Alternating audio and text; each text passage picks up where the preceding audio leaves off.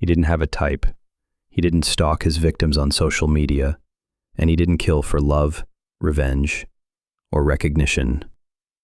Israel Keyes buried kill kits across the United States, waited years, then chose victims at random, hundreds of miles away from where he lived.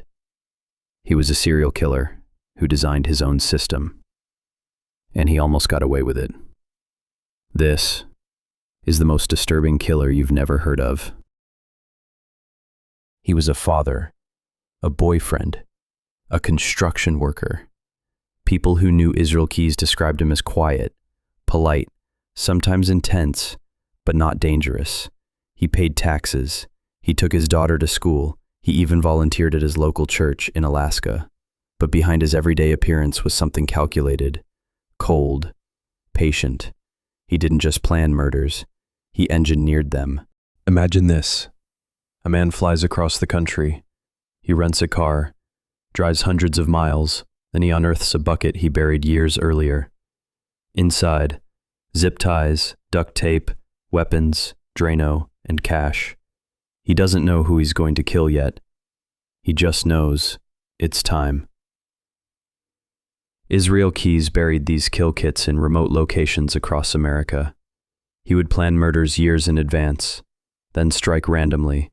No connection, no pattern, no motive.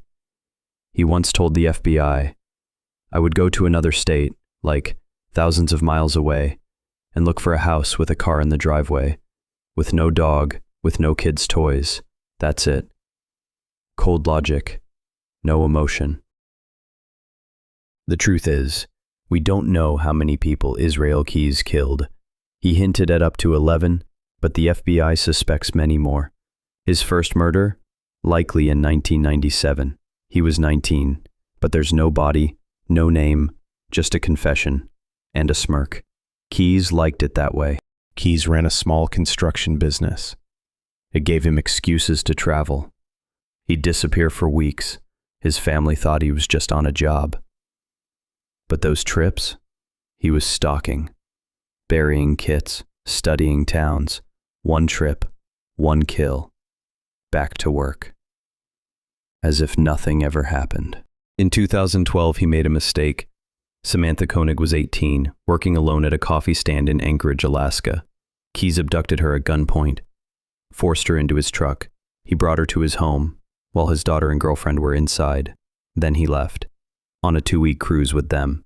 When he returned, she was already dead. But he posed her body, sewed her eyes open with fishing line, and took a photo to demand ransom.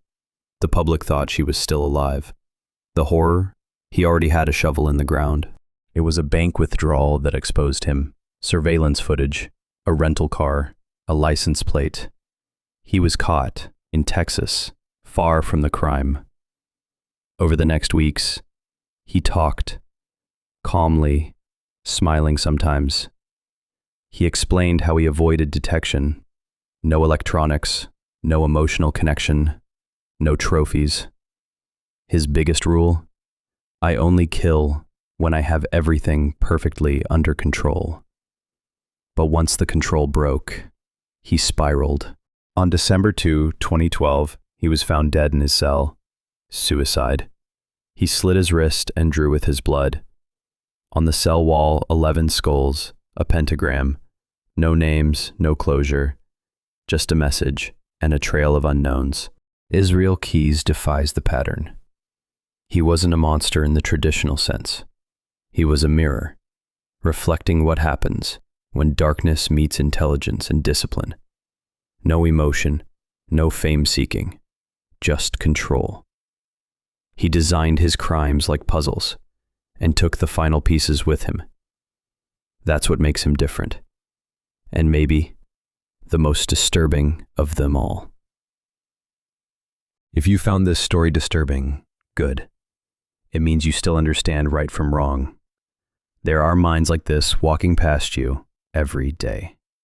Stay aware, stay curious, and if you want to dive deeper into the psychology behind killers like Keyes, subscribe for more faceless truth.